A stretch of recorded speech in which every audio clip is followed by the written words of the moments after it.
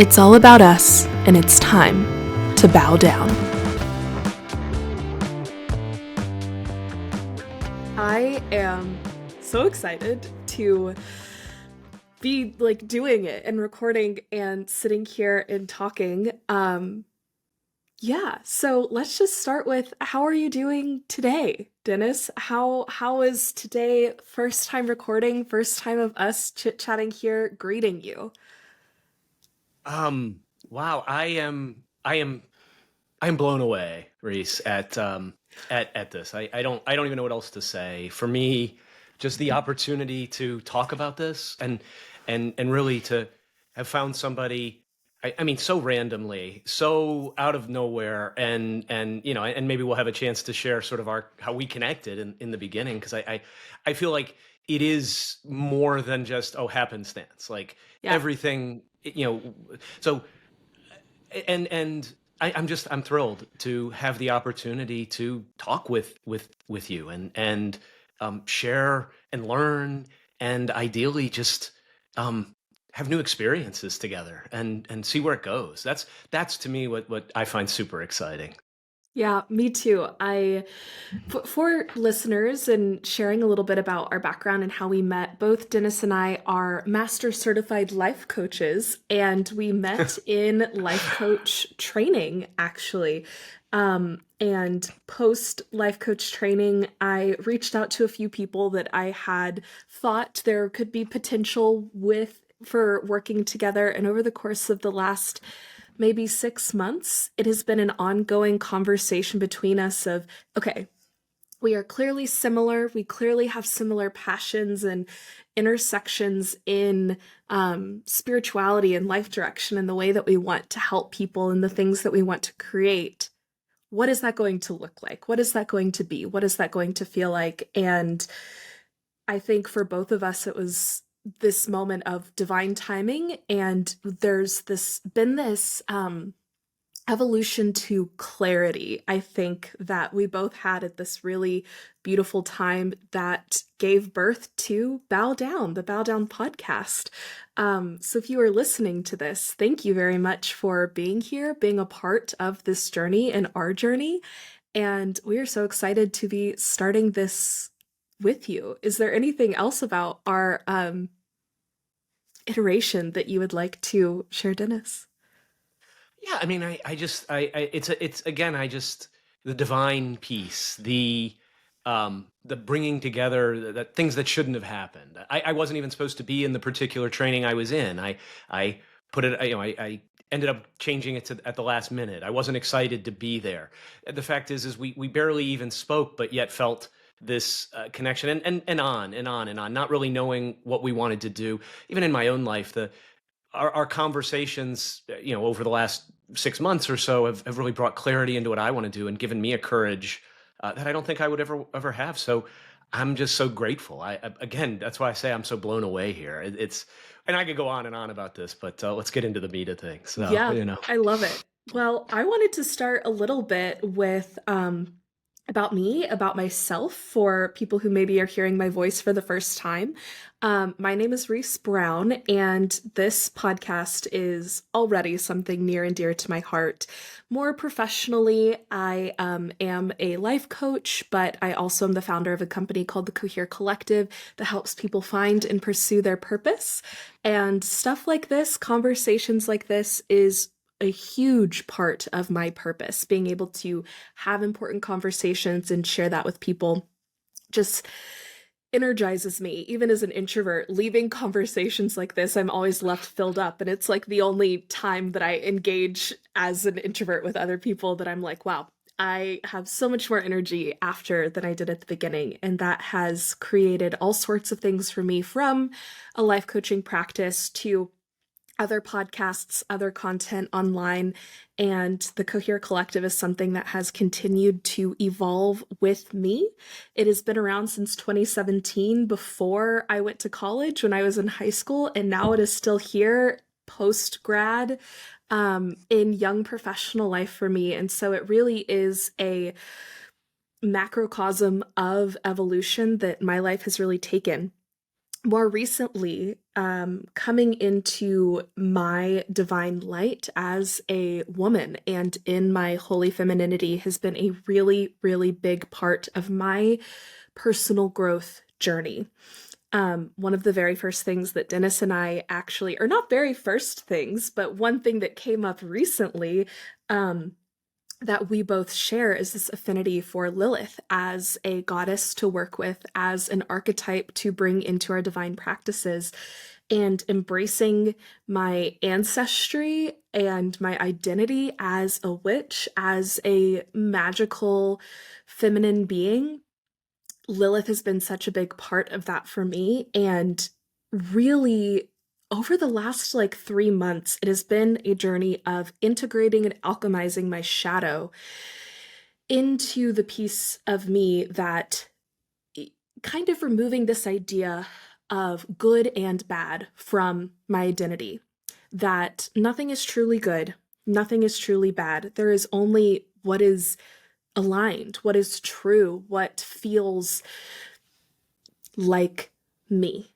And I think working with Lilith and us having this similar affinity to her energy and to wanting to help women with this work has just blossomed into this being a place where we want to have conversations about helping other women do that too. And realize that we do not have to be this falsified version of ourselves in order to be accepted, in order to be successful, that true acceptance, true success, for whatever true actually means, is always going to be defined on our terms. And it's really been a place for me to go back and say, okay, well, what are my terms? What is the thing that I want to be and do purely for myself? And try and own that without guilt, without shame, and just letting it be for me in its own right, being okay. So today, in honor of Lilithian energy and the divine feminine, I have my bright, bold red lip on, which you may also see as the cover of our podcast as an important element.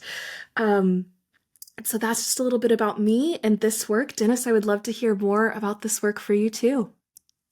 Oh, thank you so much. I mean, so first of all, Reese, you look absolutely gorgeous, and all of the viewers out there, Thank you. if you're listening, you're missing out. You truly look like a queen. So talking about that energy, it's there, and so regal, so majestic. So I'm Thank just so you. honored. I'd love to share a little bit about my story because there's probably maybe a lot of questions from listeners as to why I'm here.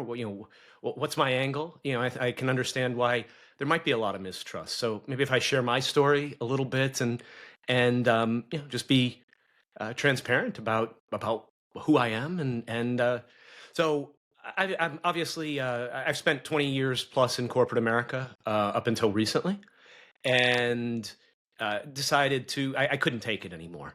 I couldn't take the grind and decided to go into mental health and actually finish my master's degree in professional counseling, as well as as coaching and just trying to figure out what I wanted to do. And I was very good at my job, but and people generally was very successful, but it was so empty and it wasn't fulfilling. And the thing I enjoyed the most, honestly, was working with my direct reports, the folks who I could mentor, and it's what I really enjoyed. So I said, well, maybe I should do this for a living instead. Like helping people seems to feel good, and having gone through a fair amount of therapy myself and betterment and of course the spiritual journey I've been on for the past few years.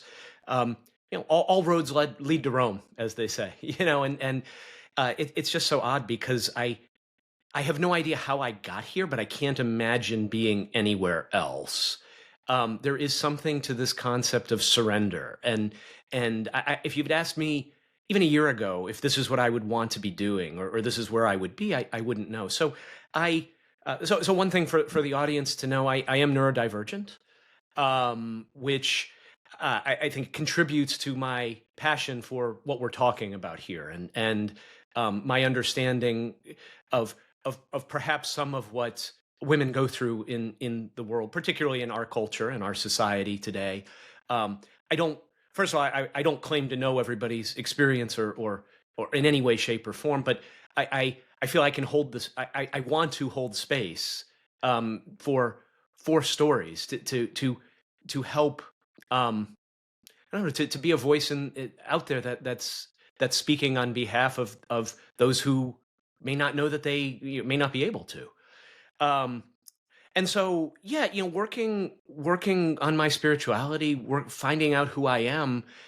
All roads sort of led me to here. In that, um, I feel this need. The folks I work with today in my practice, the gaping wound is just this. The societal beliefs that have been imposed upon each and every one of them, and the gender roles, and I've done some work and studying in sort of feminist theory from a therapeutic perspective, as well as some other methodologies like internal family systems and things that really allow us to see what do we deep down believe. And my fundamental view is that so many women just have these deep-seated societal views of themselves that hold us back.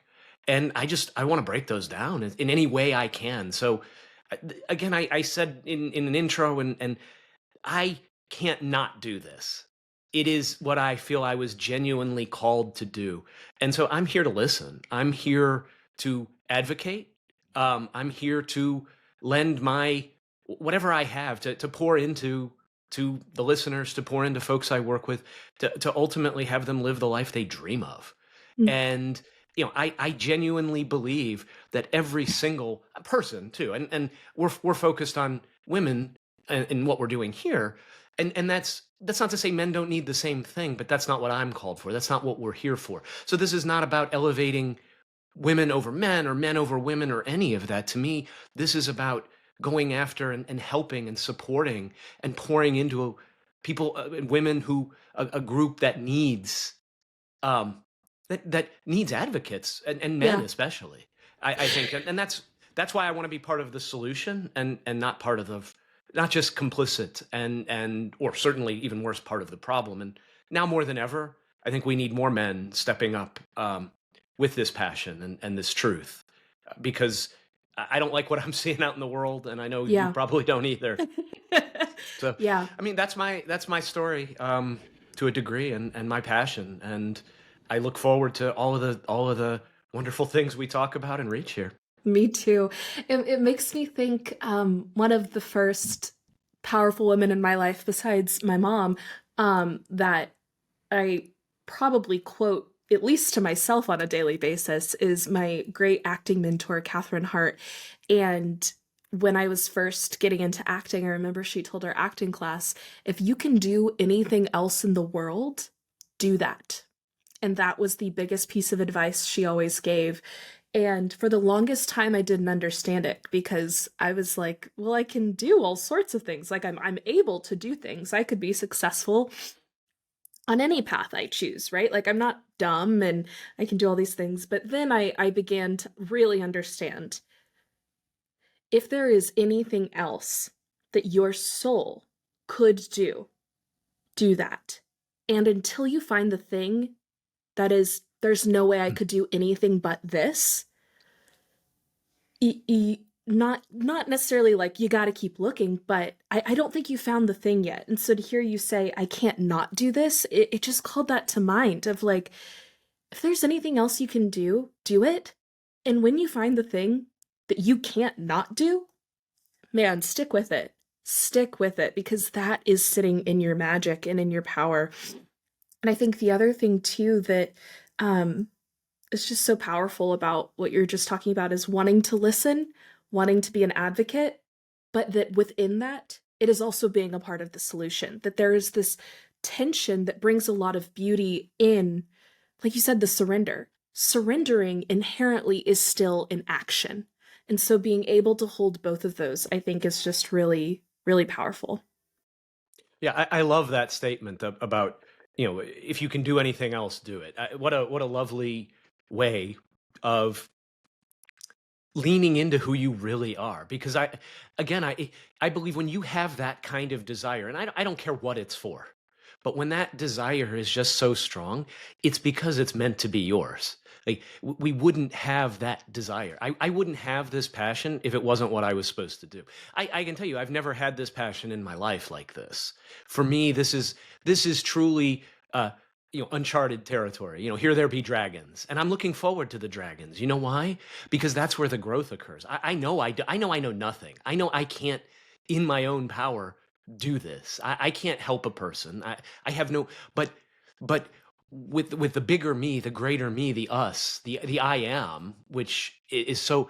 There's nothing I can't do, and I just love seeing what the I've seen such tremendous growth in me, but in those around me, just by leaning into this. And so yeah, I'm not gonna this is it for me, at least for now. Now that could change. I'm not gonna ever, but for right now, for the foreseeable future, I am thrilled to allow to pour myself out. And again, I use that a lot because I that's just what I feel in my heart. And it's, to me, that's a power. When you follow your heart, I mean, the head is going to yammer. Oh, no one's going to listen to you. Why would, all of these things you could say, but that doesn't matter because I know I'm meant to do this. And I know I can be part of this. I'm not the solution, but I am there to support and lift up and use my every energy to encourage and strengthen and help. And I love what you said earlier about the shadow.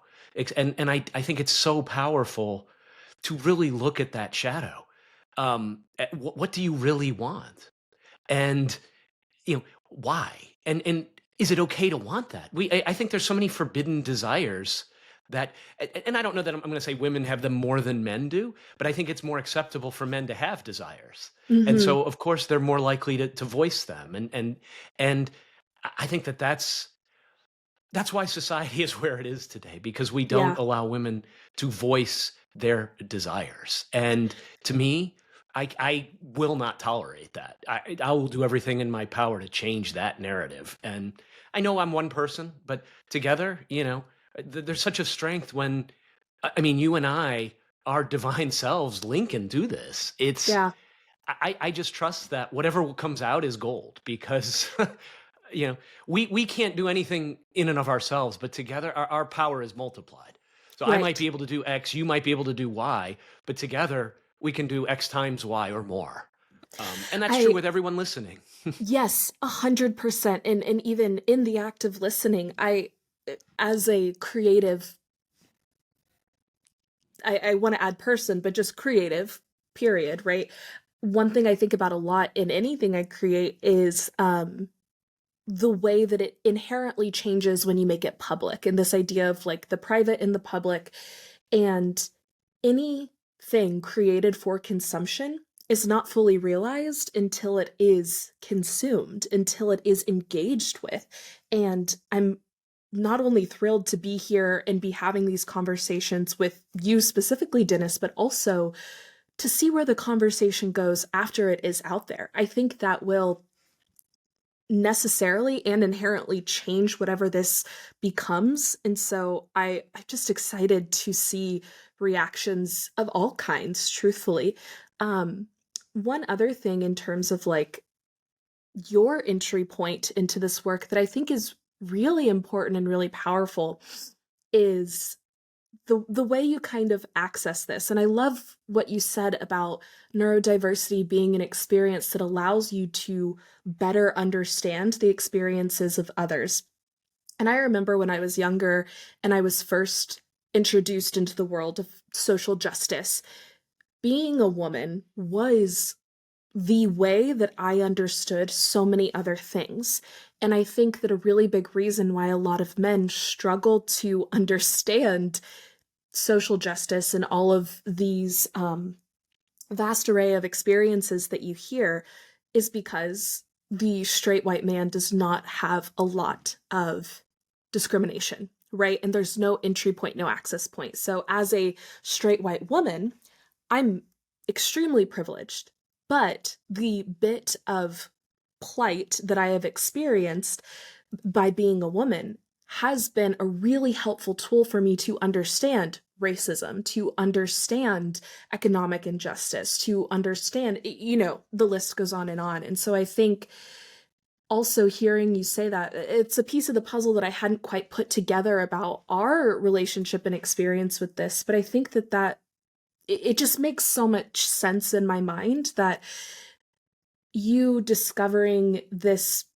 piece of yourself that is a part of identifying your own mask is what allowed you, or maybe not what allowed you, but is a really big part of helping others with their masks too.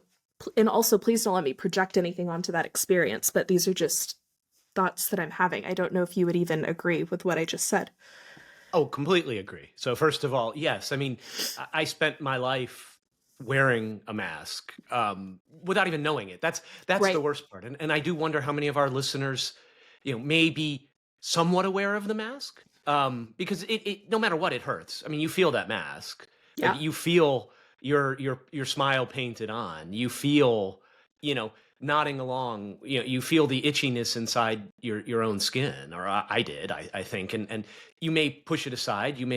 Um, you may pretend it's not there, but it is, and part of you knows that. And so for me, yeah, I think not recognizing for so long, or ignoring the fact that, I couldn't be who I really was. I had to, especially in corporate America.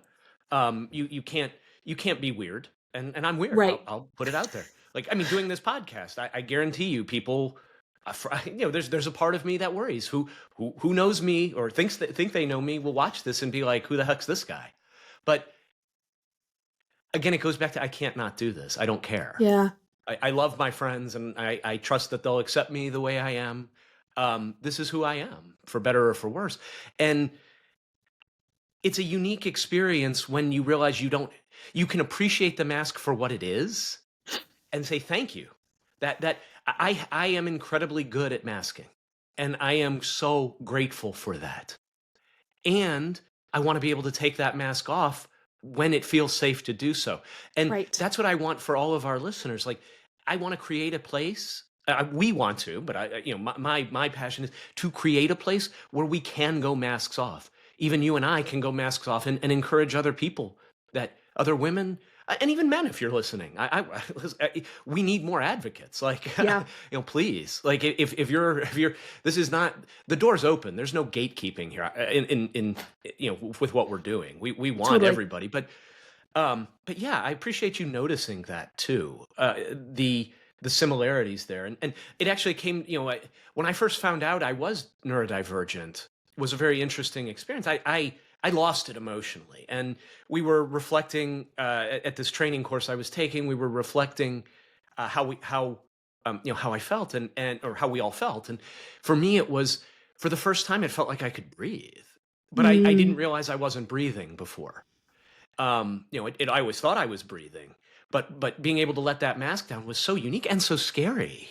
Yeah. And so, can I do this? Is this what, is this safe? I wonder how many of our listeners share that experience, where maybe they've tried to, you know, uh, show who they are. They tried to let the mask on. They tried to want to make noise and be seen, and got shot down hard. And Yeah. so they tried that and wouldn't. And I say, the hell with that. Like, let's open. Everyone is welcome. Your views are welcome. Your desires are welcome. There's no. You said something in the beginning I didn't get to touch upon, Reese, but I loved it. That in your own self work, there is no good or bad. Yeah. That, it just is. And I believe that so much, because without good, there can't be bad. You can't have, light if you don't have dark. Both things have to be true. And we have darkness in us. We have light in Yeah. us. And that's who we are. And to acknowledge, now we have the choice as what we do, and how we respond, but the first step is noticing and loving and embracing. And that's what I hope we create here. I know we will, because that's where our heart is. So, Yeah. um, I yeah. completely agree. And I think it is really unfortunate how I think taking off the mask is so terrifying, because it is inherently an act of vulnerability because it is inherently showing like your soft underbelly. And I think when other people who are clinging to their masks because they understand that that mask is also a shield, this is also a way to protect themselves, see somebody else throw the shield aside, it is threatening to your own mask. And so the gut reaction is to strike it down, right? To see the vulnerability and strike it down, because that means I can cling to what makes me feel safe. But safety is also smallness, right?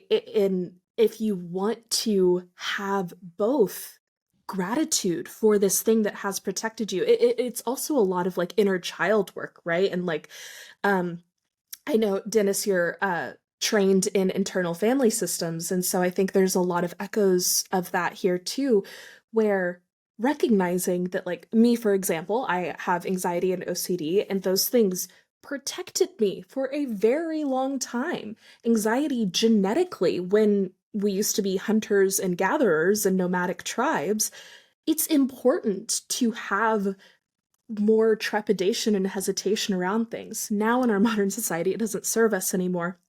And I think our mask functions in a very similar way.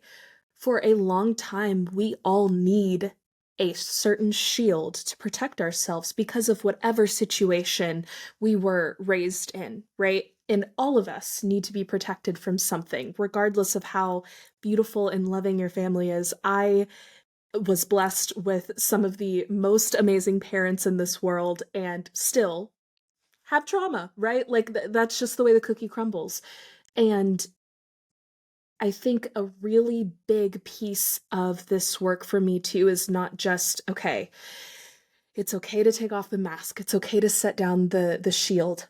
It's also recognizing when other people are doing it and applauding that and supporting that, as opposed to looking at that as an attack on my mask or an attack on the pieces of my mask that I am still working on deconstructing and breaking off, that it actually has nothing to do with me and everything to do with this person stepping into their wholeness, into their divinity. And I think that's also what we're trying to do in practice here, right? Is as we take off our masks and by putting it out there, hopefully celebrating this work, that encourages others to do the same without striking it down. Because we all, exactly like you just said, have this darkness. And I think for a really long time, for me, a lot of that was anger. I did not feel anger until I was maybe 23, and I'm 25 now. That was 2 years ago. And I have such a vivid memory of the first time I got angry. And I was like, oh, so that's what that feels like. What a crazy thing to have never felt. Well, it wasn't safe for you, probably. Like Right. being angry, my guess would be that you just had to be the good girl, right? You Yeah. had to you don't make waves, maybe you don't have the right to be angry because being angry takes up space. I don't want to get labeled. I mean, I don't know what was your do you remember experiences where maybe you tried to get angry when you were younger and you got shut down like by your own self or maybe like what was your experience with that growing up? Yeah.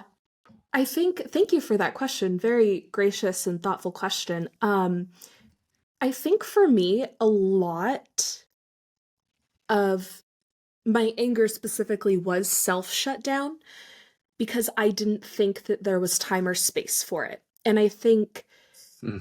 um I have an older brother whose needs in being us children around the same time, his needs were just much more pressing than mine. And I think that's just very true within his own mental health and like childhood experience, but also that furthers this dichotomy of older male child, younger female child. Um, and in many ways, I felt like a protector of him. And in me being able to take care of myself, that actually was allowing my parents to prioritize his needs. And so I think I restricted my emotions as a way to take care of him, to say, I'm good. I'm gonna be fine. I don't need to go here or process these things because there's really not time or space for that. because all of the time and space needs to go to the more pressing thing, right? And I think while that was true in my early childhood life, that's also true of so many women. And it does not mean, like, a big part of my growth has now been like talking through this with my parents and them now making space for my really big emotions, which has been so healing for me. And I think also a lot of times that's not true in society, that women are just told it's easier if you take care of yourself and you do these things because external things are more important. And we don't have time for your big feelings or your experiences because they're not important. These other things are important. And that's actually not true. But I think that Oh, is the so not true. narrative that Yeah. is just communicated. Oh, totally. And how um I'm just imagining you finally having this conversation after suppressing it for so long with your parents, the nervousness, but what I'm really curious, what did it feel like? It sounds like you were very validated, and that's incredible. And I that's not always the case, right? I mean, oftentimes you could have very easily been shut down as well, but how empowering did you feel? How empowered did you feel afterwards? Like, what was that like? You had this conversation, it it was received, you felt validated. Can you, just one word, what did it feel Oh, like afterwards? Or a couple of words. I don't want to limit you, but obviously, but I'm just curious, like what pops, like, yeah. can you go there in your imagination? What did it feel like? I I want to give the one word and then I want to give some context as well, but I want to answer that question first. Free. Free is Mm, the one word because it was yes. like such a large chunk of mask that it felt like being able to say this was applied partially by me, but also partially by you, and now we all get to hold it together and love that piece together and Wow, yeah. bury it together and say there's not space for that anymore. We don't need that anymore. Um Free really is such a good word for that. I also want to throw out there for listeners, I have been in therapy since I was 12 years old. So I think I want to acknowledge the privilege that comes with that. And my mom also has very similar background to Dennis, has her master's in counseling and works one-on-one with people for their mental health. So I also have a family that is already predisposed to being open to these types of conversations. And then on top of that, this conversation was ongoing for maybe 2.5 years until I felt like I actually got that full, we are like this burial of that piece of mask together with my parents. It happened bit by bit by bit, and it's really difficult because a lot of it is wrapped up in my siblinghood and my siblingship, but also in my being a daughter. And so it inherently puts the idea of my parents' identity in being parents in the conversation as well. And so a lot of it was identities, masks, arguing with each other's masks. And so I think that is part of why it took so long. And when that validation didn't happen at first, oh, it there was this breath of fresh air that was, but I always have the power to acknowledge and validate. However, there is the feeling of, oh, but it would be so nice if my parents were there along that journey with me. And slowly and surely, I have been lucky enough, and me and my parents have fought to have that relationship with each other that we now have, where we can talk about these things, and it feels like a very safe place for me to go home and truly not have a mask on. And I think that's really rare. But I Oh, it do just want is. to, It is. yeah, yeah, That's so yeah. lovely. I mean, wow. What a beautiful, beautiful story. And to highlight just one thing I noticed, you said masks talking to masks, and so often, from an IFS perspective, I'd say, well, parts are talking to parts. You Right. can call them masks, you can call. I mean, that's what I love about this. Like, there's no there's no truth. Everything's a half truth in some ways. Like you can, they're all just models. They're, all models are all models are wrong, but some models are useful. A famous statistician, that was my past life. I was a statistician, used to say, um, and yeah, what a lovely, beautiful story in terms of feeling that, but also pointing out that ultimately we are our own validation. Yeah. But it feels good to have others along the journey because others we love to be seen. I mean, to be seen for who we really are, and what evoked in me when you were sharing that is I never really did get that opportunity with my parents to, um, and there's always parts of me that are curious. What would my mother feel right now? What would my father think of this? What, and I'll never know. Um, Right. or I mean, or if really I do believe that they're seeing this now anyway in some capacity that I don't fully understand, but I do Right. genuinely believe that. But even more so, I don't I've reached the point where I no longer need that from them because I know I can't get it, but I gave it to myself in their stead. But even more beautiful to be able to have it done, to have it in real life, right? Yeah. Because now you have all these years to grow with them, to grow together, and it's just another ingredient in your soup, if you will, in terms of who Yes. who you are becoming day by day by day as you continue Absolutely. to walk into your power and Yeah. reclaim that power because it's always been yours, that, but it doesn't feel that way, right? And Yeah. but I'm just you're that's so awesome. Thank you for sharing that, Reese. Of I love course. hearing it. Thank you What a for fantastic, asking. lovely story. I think too this yeah, the I think it was necessary for me to not feel the validation at first too, to have to go back and say, that's okay. I will always validate it for myself. And at the end of the day, if I only have me, I am still okay. And I think that really was the first step of kind of reclamation. And then now I just get to sit in gratitude for having parents that want to be a part of this and want to witness it. But also in hearing you talk about, not being able to have this relationship with your parents and, be able to maybe just in person have these conversations. Um, what does that feel like as a father and as someone who is a parent now? And of course, I think we are all always children, and some of us someday become parents. How has that impacted your story with this and this processing of it? Oh, great question. Absolutely. I would, my daughter is the light of my life. She's heading off to college after the end of the school year. So, she's a senior. She's my one and only.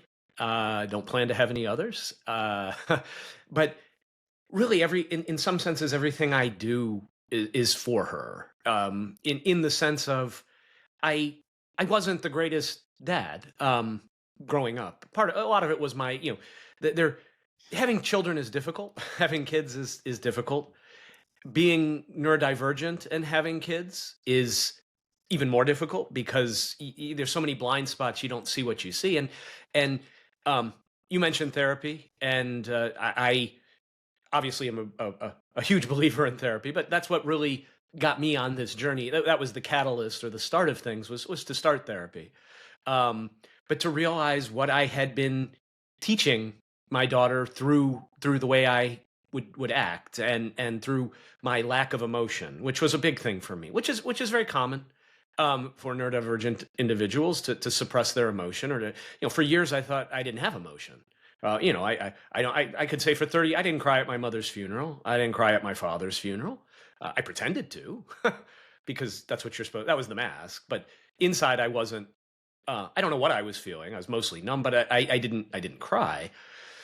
And I saw the same traits in my daughter, and in terms of her holding in emotions, and um, I'm so if there's one thing I'm proud of, I mean, I don't generally feel a lot of pride in general. It's just not an emotion that for various reasons that necessarily come up for me. But I am proud of the way our relationship has changed and grown with my relationship with my daughter over the last 5 or 6 years, to um to show her what a real man is, how a real man treats a woman, how a real man, this toxic masculinity that's in our culture, that pervades our culture, um, doesn't have to be. And I don't even want to criticize. I mean, listen, we could sit here and bash on it, this, that, and the other thing. It's there for a reason. You have to have these, sometimes hurricanes exist for a reason. We don't like them, but they do serve a purpose. And even this toxic culture serves a purpose. My hope is to reframe and change how we see things. And sometimes the pendulum, it's just a pendulum. It has to swing. But yeah, having a daughter, it was probably the thing that opened my eyes more than ever to the injustices and to the microaggressions and what I want for her. Mm, And I have to help build that world. Um, I'm again, this is another one of those, just our relationship has changed so much over the last few years because I could be vulnerable all of a sudden.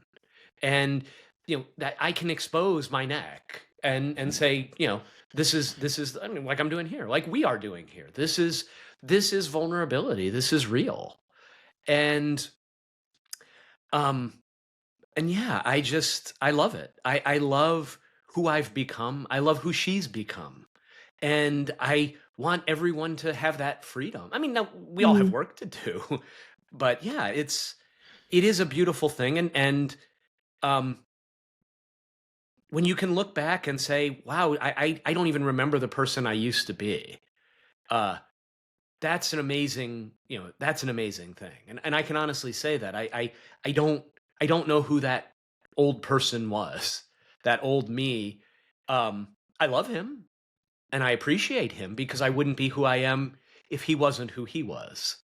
If that makes sense. Like I had to go through the state of being the way that old man before I can become the new man. totally. And every day I'm a new man. And that's why this is so important to me, because I want to saturate myself with like-minded powerful women and people who have the same view, not because I want to live in an echo chamber, but because that makes me better. That makes, Mm, I want to be challenged. I want to be told you're thinking, this. I want these real conversations because that's where transformation occurs. And for so long I was scared of it. And who knows? That part may come up again.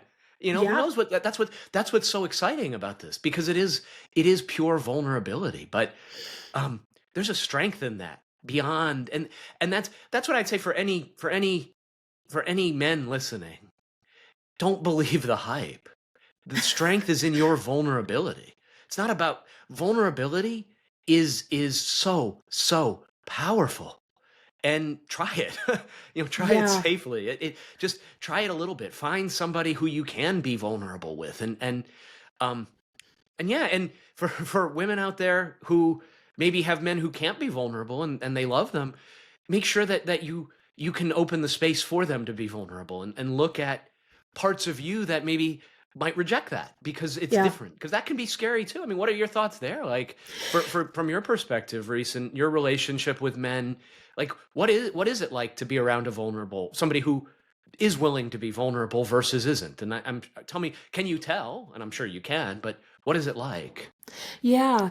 I think it's such a fascinating question because I do think um,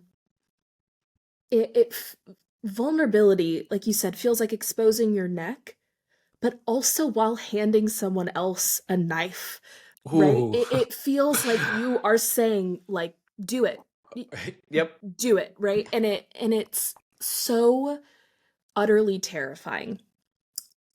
But when someone trusts you with that, with their knife, it is the greatest privilege that I have ever felt to bear witness to someone's vulnerability. With the people that I love most in the world, one thing that I love saying to my friends, especially in the midst of like we're having a deep, intimate conversation and tears may be flowing, of course wine has probably been had, It is helps the tears flow sometimes, but right, it that's does. we need to get past those parts, right? That are trying to Exactly. block things. So Exactly.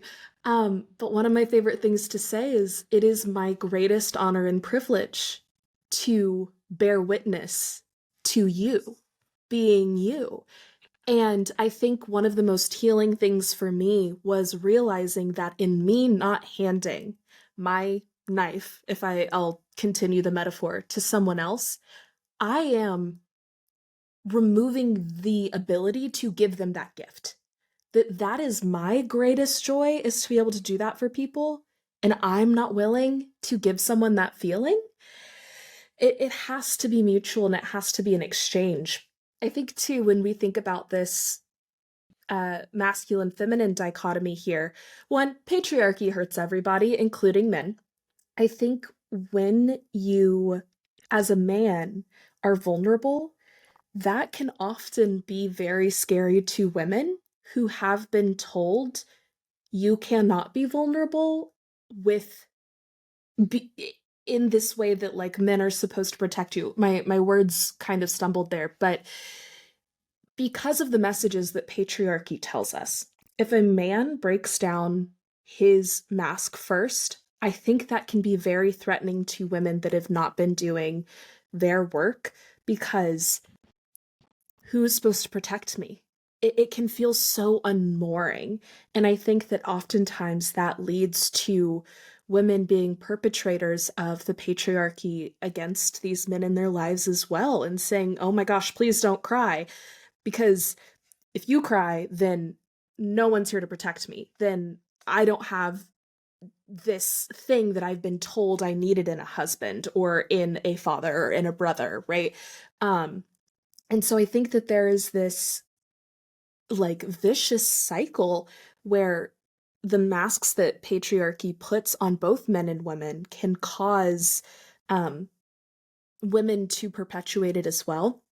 I think when a man who is finally starting to engage with vulnerability in this way, and that is exciting to a woman, that is when you see this safety, right? I think women are often told you can only do this in the company of other women. And for the large part, that's true, because that is where we find safety in these vulnerable spaces. But in allowing men to learn, Ursula K. Le Guin would call it the mother tongue, when they're trying to unlearn their father tongue and they're trying to learn the mother tongue, I think it does us all good to try and help them learn it. But if we as women are still speaking in the father tongue, if we see a man try and speak the mother tongue, that is deeply unsettling and threatening to our way of life as well, based on all of this socialization. That was a really roundabout way of getting there, but yeah, I don't no, know you if you got have thoughts there. about No, that no, as well. you got there perfectly. And what I took, or what really resonated with me, is this idea of, I loved how you put the patriarchy, this patriarchal mask kind of puts women in this position where it is scary perhaps to have a vulnerable man, because you've been sold this bill of goods that you need somebody else to complete you, or to protect you, or and I mean, we all need each other to protect us and to help us, but ultimately uh this a man, you have these sort of micro transactions that occur, as a man. I might be upset about something, or feel vulnerable. I may lob a softball, expressing in some small way my vulnerability, and then the immediate reaction. I'm very good. Part of being neurodivergent is absolutely being able to read the room at all times, because that's the only way you can be safe. So and recognizing that sometimes what you say isn't what you really mean, which often creates a host of problems, because you know what you're trying to say in your head. But but I say that in a way of saying, I'll throw a softball. A man may throw a softball out there, with just a hint of vulnerability, but then the response they get dictates, do they go forward or not? And by response, it's, as you know, I mean, there's all these studies, blah blah blah, but it's not even what's said. it's the tangible energy that comes in. Is Yeah. there a fear that pops up? Is there, and I think there's also I mean, men struggle with insecurity, and I mean, we know that. I mean, and that's why powerful women scare the shit out of men. I'll just put it out there. Like it's scary, and for a lot of men, because that's what they've been, that's the insecurity. They genuinely feel like they're not good enough, I think, a lot of times. And so by showing any weakness, now they're no longer desirable. And see, that is the vicious cycle that you mentioned, and the patriarchy, and how it does hurt men every bit as much as it hurts women.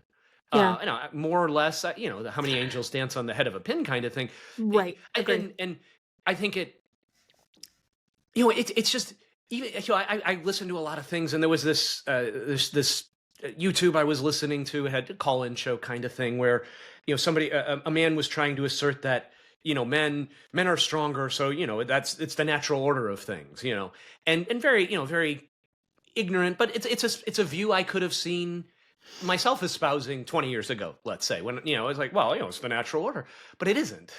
There are many, just because our Western society has become patriarchal, there are many very successful societies throughout history who have been matriarchal and have thrived. And and um and yeah, and so for me, I love it. I love what you said there in Yeah. terms Well, of thank you.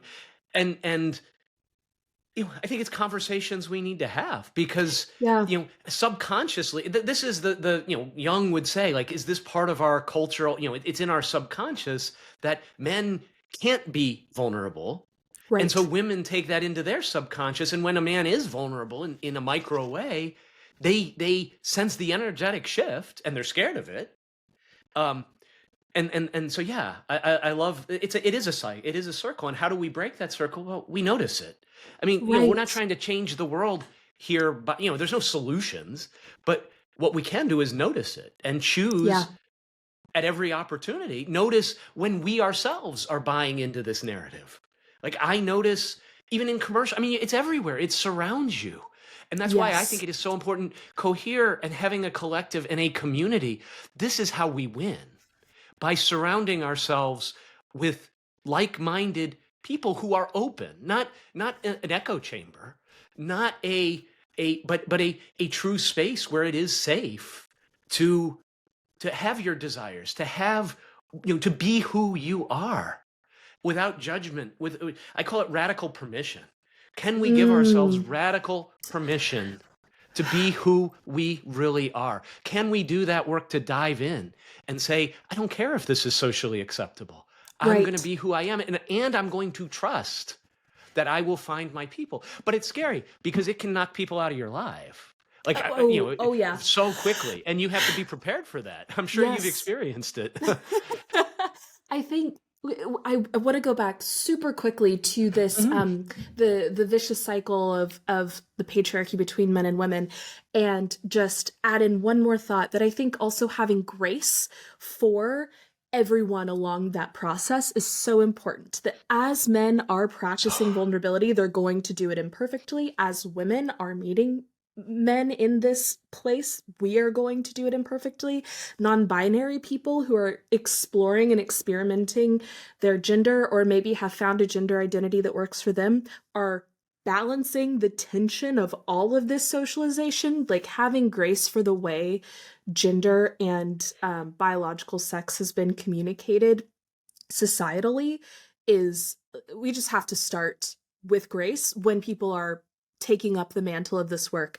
And then I want to, the idea of radical permission, just like mic drop, yes, that. And I think the really scary thing is when you give yourself radical permission, that scares people who are not giving themselves radical permission. And this is something, like, literally, there's a thing I'm going through in my life right now that I think Source is bringing me and pushing me to give myself radical permission to be the version of myself that Reese, honestly, 2 weeks ago would say is mean, is bad, is dark, is ugly, is hurtful, is harmful. But the universe and source keep sending me this message of it's not bad. It is actually deeply loving to meet someone, to give yourself the radical permission to step into the energy of your truth in that moment. Um, that there is a way to be quote unquote dark with love. And there is a way to integrate this and alchemize it. And that is healing, yes, for you, but also for other people. And yeah, I don't know. I clearly am still trying to find the language around this experience that I'm going through, like literally right now. But I think that's another piece of this divine timing in us starting this podcast. It feels like it's another phase of shedding this piece of mask that is Reese is nice. What if Reese isn't nice? What if Reese is kind? What if Reese is truthful? What if Reese is mean? Does that mean I'm bad? Again, Reese 2 weeks ago would say absolutely. But also, what does mean even mean? Yeah. Right. It's what meaning do you brought up such a, first of all, thank you for sharing that. And I'm honored. I am genuinely honored that to be a part of this transformation. I do believe that us doing this show and just showing up and being together. That's what we're doing here. We're just being together. Not trying to sell anything. We're not, it's just being radically honest with each other Yeah. and radical acceptance of who we are. I agree with you. There is no dark. I mean, there's no what what meaning do you put on it? I'm are you cruel? Well, Reese is cruel. Well, what does that mean? And to whom? And is it really cruel? Like who's judging that? What meaning is it? I mean, if so there is no, if as long as it's done in love.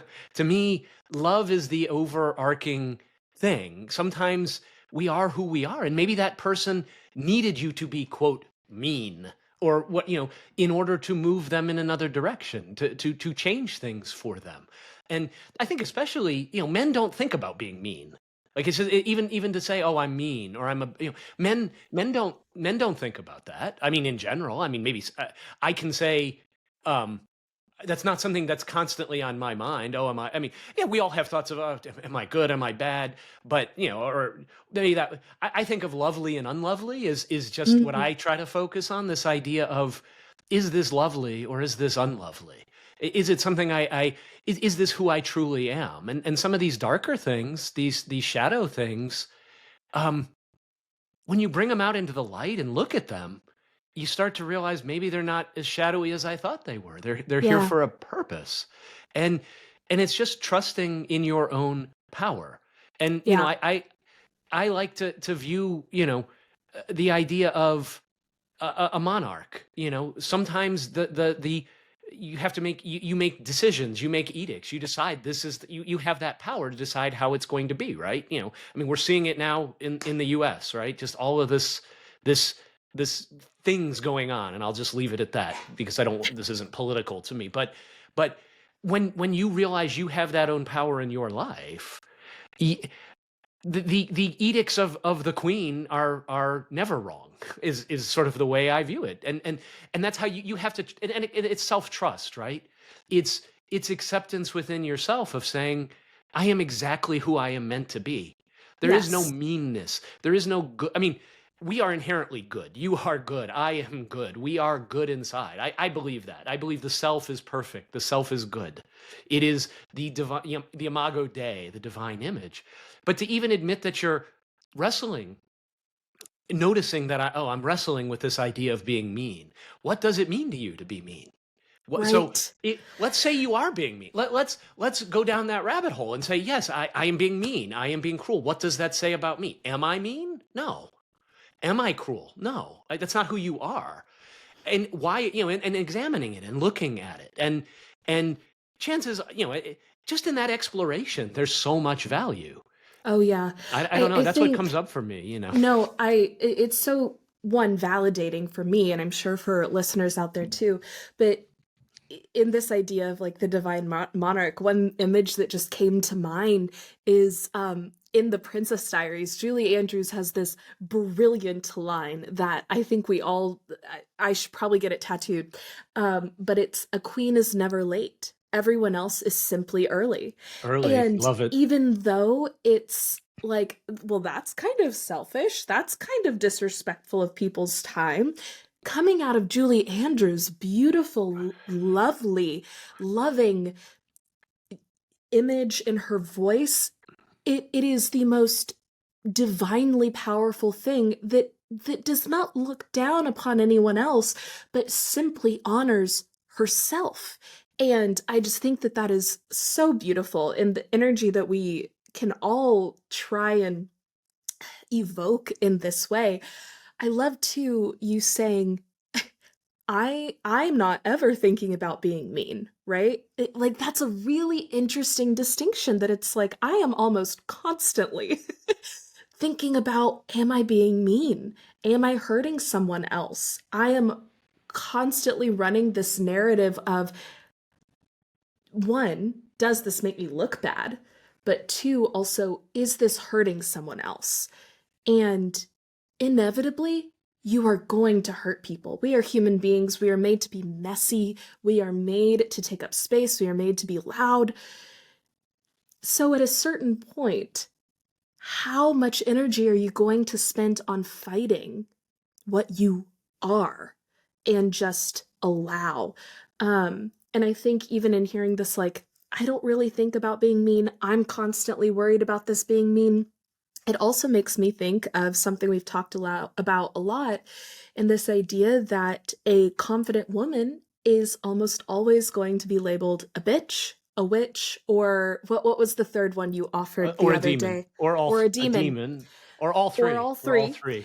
And Probably all it three, also, really. probably all three. And it makes me think of, I'll evoke her name again, Lilith, because I heard a screech owl waking up this morning, and I ended up watching an Akashic Records video on YouTube today, and literally it was one of the most aligned, like, random videos I'd ever seen, and the card that was pulled was the Lilith card, rebirth and honoring the darkness and the shadow self. And I was like, this is insane, like, Yeah, that's too it's just too spot here, on. Like right? seriously, like come on, Like, are we starting gonna be this that today, heavy-handed? like. Yeah. But you know what? That it's so lovely, and Yeah. to go to go back on that theme in terms of like you just found. I mean, we only started talking about the Lilithian energy and a couple of weeks ago. Like I had no idea that was that something that I had been looking at, and that we so that. Again, not coincidental. It was deliberate. It Right. was intentional by our greater selves, as I see it. And so, um, yeah, I wish I don't know. I love Lilith gets such a bad name because men are scared of women who are Liliths, and I saw a T-shirt that I wanted to buy. Be a Lilith, not an Eve. And again, Mm. this is not to say, oh, Eves are bad or Eves are wrong or anything like that, but it's this idea of it's okay to take up space.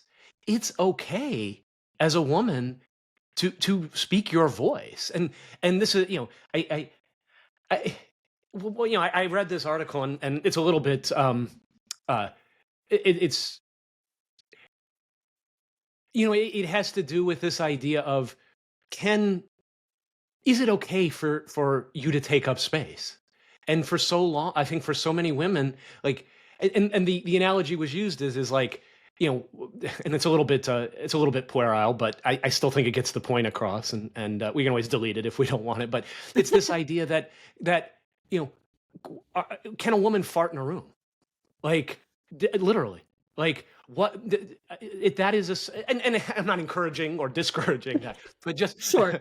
to be clear. But the idea is like I don't know many women who would like actively walk in a room and acknowledge their presence in that way. Like Oh they yeah. run to hold it in, hold it in. I'm so men don't hold it in like that. I mean, some do, but men would think nothing about it. I can tell you, being with guys, like, which is not necessarily my favorite. I have I have struggles sometimes, like with the bro culture, men, and this with and this is a great example of the patriarchy causing problems and for men. Like in areas where I should be super comfortable in broing out or whatever that looks like, I'm often very uncomfortable. But I can tell you, like, we used to play pull my finger, in and it was, but think about, again, to go beyond the childish, nature of it, the fact, but it is, sometimes the most base analogies are really true. There's truth in that. Yeah. Can you fart in the room? Like, is that, metaphorically or even physically? Like, that's a presence, right? That's a woman saying, I am here, that I exist. And men don't have problems with that by and large. I mean, on average. And again, it's never individual cases. I mean, we know that. But yeah, that idea of, can you be seen? Is it okay to be seen? Do you feel safe being seen? And safe being seen. And I think also, like, as silly as this example may seem, it is actually deeply accurate in so many ways. Because, I mean, look at comedy. Potty humor and aggressive humor and, like, politically incorrect humor is something that men comedians are prolific in. And when female comedians or women comedians first began kind of not being as cookie cutter and allowed to be and stepped into this idea of, no, I can be just as offensive, just as gross, just as whatever. It's like, ew, that's gross, that's weird, but it's funny when men do it. And I think it's similar with this farting in a room. Why is it funny when a man burps, but it's offensive when a woman does it? Like, and that is just a reality of our culture. And I think not only is it, why are women so uncomfortable being seen and being noticed, but it's also this, like, fart or burp or whatever is kind of gross and a thing that actively makes people around you uncomfortable. It's like, the reason why farts are gross is because they smell bad. But it's still funny when a guy does it, even though everyone else around you is now suffering. But it's still funny. But women would never. One, because they don't want to make those around them suffer, but also because of how it makes them look. And I think that goes back to this idea of the dual, am I being mean? But also, do people think I'm being mean? It's not just, it's the mask. It's not just how I feel, it is also how I am perceived. It is both of those things. I want to be mindful of our time, but I wanted to make sure also that we touched on this more. I mean, of course, we've talked a little bit about Lilith and esoteric themes have come in, but the tagline we've kind of decided on for the podcast for Bow Down is exploring esoteric and empowered feminism every week. And of course, Bow Down is emblematic of this idea of the queen, of the regal, of the monarch within all of us, and the reclamation of power for women. But Dennis, what does esoteric and empowered feminism look like to you? That is a great question. To me, for me, and the way I see it is one.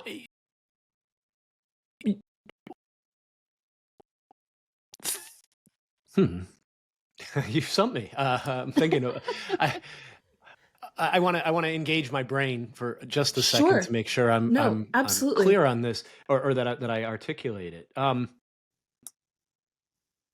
me, when we talk about esoteric, right? For me, it's just an exploration. It's looking at energies or parts of ourselves, parts of the collective consciousness that are interesting to us, that call to us, that give us some guidance in some form or another, which again is. But when it comes to the empowerment piece, for me, it's living as who you are, like the living, not living for yourself, for your desires, for your dreams. And to me, the esoteric is to really help you understand your dreams, and to offer new things that maybe you didn't even think about. Like, I mean, even with what we're doing here, we had talked about for months. Oh, what could we do? We could look at this, but then all of a sudden, boom, this clicked, and to me, that's empowering. Yeah. That's the and and and so it's to have, again, that radical permission to explore aspects. We want to explore darker aspects of ourselves. Okay, so we can use other tools. We can use esoterica. We can use the occult. We can use. I mean, you can use scripture. You can. It's not limited to it has to be. There's 100 different ways you can use philosophy. You can use it. There's so many different things. But for me, I think there's a core.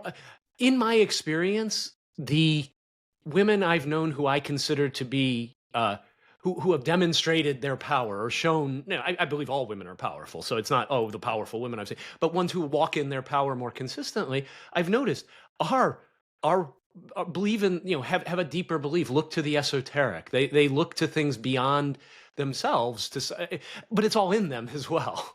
That's the thing. Like, it's this fine, weird line between it is all within us, but at the same time,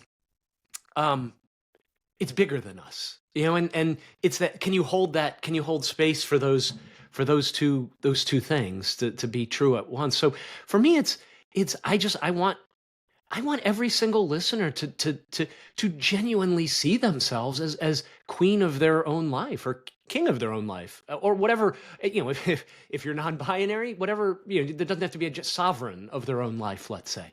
But again, I just to make it clear, like, to me, this to me is about is bow down, and so I use the word queen. But again, I'm not trying to use gender inclusive language, of course.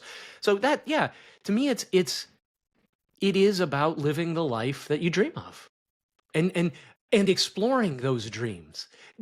Not living the life somebody else dreamed for you. So it took me a while to land the plane here, but I'll be pithy with that. So if I had a soundbite, it would be, to me, it's using all possible avenues to explore who you truly are and what you truly want, and then believing that it's yours and living it. That, to me, is empowerment. Not, and it's easy to say, don't worry about what other people think. I mean, blah. That's all true, but at the end of the day, you have to make peace with yourself, and you are ultimately, you have to believe that you are the queen of your circumstance and of your life. You're the sovereign of your mind and of who you are, and that's what I want. And so bow down to me is such an appropriate. Because to me, it's not about forcing. It's not about saying you must bow down to me, or which I guess some people could, but it's about realizing that your greatness, your power, your your queendom is inherent to you, and everyone does bow down in recognition to it in some ways. But can you bow down in recognition of it yourself, to know who you are? To me, that's what I want people to see. Like, because if you don't believe you're a queen, you can go around saying, I'm a queen, yes, queen, left and right. But do you really believe it? Because that I want to help people believe it, because I believe it, and that's that's what makes me dangerous. Is that I actually fucking believe what I say, and I think I have. That's what when you believe it, it's just part of you. So that's to me. But what about you? I'm curious how you see it. Yeah, I agree, first and foremost. And so, yes, and I'll do the improv. Yes, and yeah. One of my advisors to my sorority in college, actually, which is interesting to think about in terms of womanhood and all of that, but she actually is also a life coach and does a lot of work, and she has this phrasing that I just think is so on point, and it is that she helps people be full of themselves. Like, to truly be full of yourself, and like, that is just such a great way to say empowered to me. That is, you are in your power, you are of your power, and I completely agree that bow down is, yes, the divine within all of us deserves worship from each other, but more importantly from ourselves. And why has it taken me so long to worship at the altar of I am? Why do I still doubt that sometimes? And how can I continue to be full of myself and worship at that altar? Like, that is what I want. And I think this idea of worshiping an altar just feels esoteric to me. And I agree with what you said about it being different avenues. I think it's also about getting in touch with something bigger than ourselves that is also ourselves, right? It is recognizing, I mean, something else we both really love the languaging of is the great I am, right? That it is what I am, and it is in me, it is of me. Like a cup of water from the ocean, that is still ocean water, and it is whole, and it is ocean in and of itself, but it is also so much more and so much vaster all around you. That to me is that I amness, and being able to recognize that your cup of ocean is also the vastness of the ocean, and your cup is worthy of your worship, your recognition. And yeah, I completely agree with the last little button that you put on that, that when you believe it, that, like, that's the ticket, that's the juice, that's the stuff. Yeah, and if you, I mean, think about it. If you don't believe it about yourself, why should anyone else believe it about you? Yeah. Like, and I love the idea, we say, oh, you're so full of it, right? I mean, that's an expression people might use, but I think we need to change that to, you're so full of yourself. I hope in this space is a compliment. Like, it's Yes. we should be full of ourselves in that way without qualification. What would it, Yeah. I mean, what would it be like to imagine literally being queen? Where people, whatever you said, I bet for a lot of listeners, they can't even do that. Like, it's a challenge to those listening, and maybe respond and let us know what it was like for you. Can you Yeah. imagine can you take the situation before you go to sleep tonight? Some situation in your life, whatever it is that's troubling you, can you close your eyes before you go to bed and just see yourself as queen of this situation? And if you were, just play the game. Let's assume. Let's assume that everything we're saying here is true, and we're not barking up false trees. Let's say it's all true. Can you imagine what comes up for you? What do you notice when you try to imagine yourself as queen in this situation? Is it scary? Is it comfortable? Can you even imagine it? Does your brain allow you to? If not, why not? What would need to be true for you to imagine that? What would it feel like? Are you scared of it? Would you do something you think is mean, as we talked about earlier? Is it really mean? Is it okay to be mean?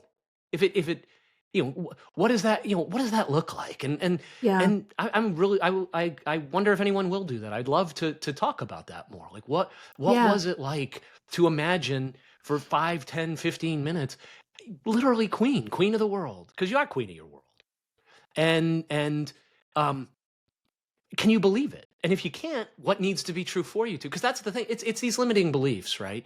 It's this, Yeah. and you said it yourself. Why, the great I am, but why do I struggle with this sometimes? Because everything in life has taught you otherwise. Like, Right. literally everything in existence, everybody.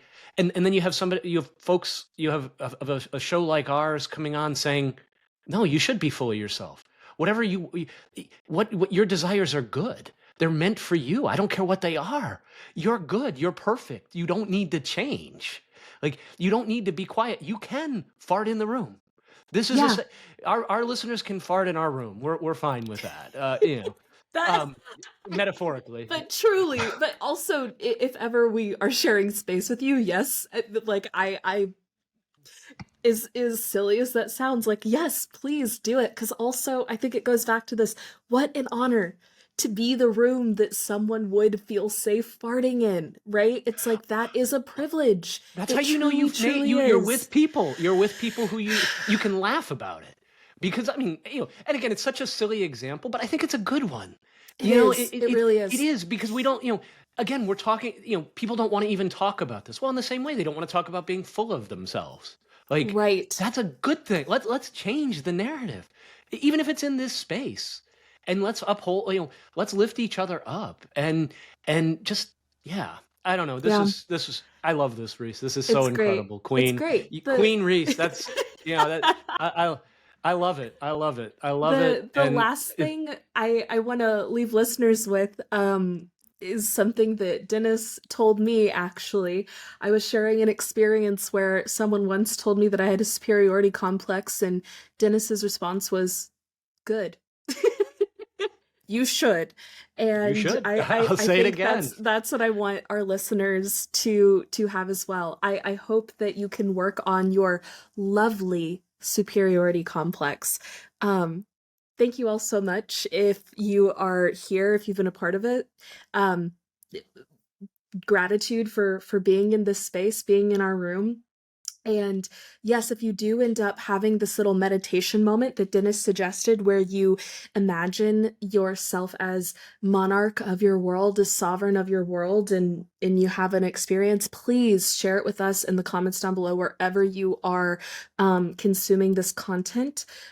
Also, if you have any requests for future topics or things that relate to this idea of esoteric or empowered feminism, drop those in the comments too. We want this to be a space for us all to explore these concepts. Dennis, I am so excited to be on this journey with you and to see all of the wonderful conversations we can have. And even if it is, I trust that it will find its listeners, but even if it is just us having conversations, it will still be so rewarding for me. So thank you. Oh, gosh, yes. This is like church to me, in some very real ways, because it's real. And yeah, I just want to echo what you said so wonderfully, Reese. And we want to make this for everyone out there. So what do you want to hear about? We can talk literally about anything. I'm pretty convinced, and it'll be fun. But what do people? What would be helpful? What would be useful? What would be lovely? And let's try to create this. Let's not try. We are going to create this community of people who are full of themselves in a lovely fashion, people who have a lovely superiority complex, and we will feed into that, and let's just watch what happens. That's all. Don't believe me, just watch. That's what I'll leave it with. Don't believe me, just watch. And see what happens. See what happens. So, Reese, as always, it is such an honor. This is I just want to do like 5 of these in a row. Like, honestly, like I feel like we could have content for days. So, but to everyone listening, you are perfect. You are incredible, and you are superior, period.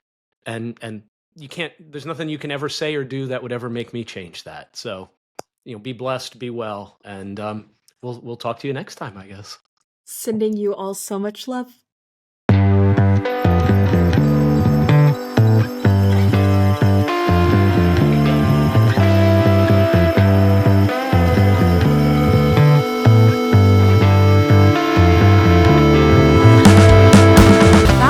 Is a weekly podcast from the Cohere Collective that explores esoteric and empowered feminism. Please subscribe to Bow Down wherever you may be listening. And if you enjoyed the episode, please leave us a like, a 5-star rating, and a review. And if there's anyone you think would enjoy this episode, or maybe just needs to hear it, please share it. If you want to stay up to date on all things Bow Down, you can follow the Cohere Collective on any social media platform at the Cohere Collective, and check out other content and offerings at www.thecoherecollective.com. If you're interested in working with Reese to find and pursue your purpose, you can head to www.thecoherecollective.com/life-coaching. If you're interested in working with Dennis to shed your mask and embrace your desires, you can email Dennis at dennis@theheartstoybox.com. A huge thank you to Jack Corbett for Bow Down's music. You can find him on Instagram at j.corbe. Thank you all for joining us today. We're so glad you're here. And as always, we hope that you feel like you are living more coherently. Until next time, love.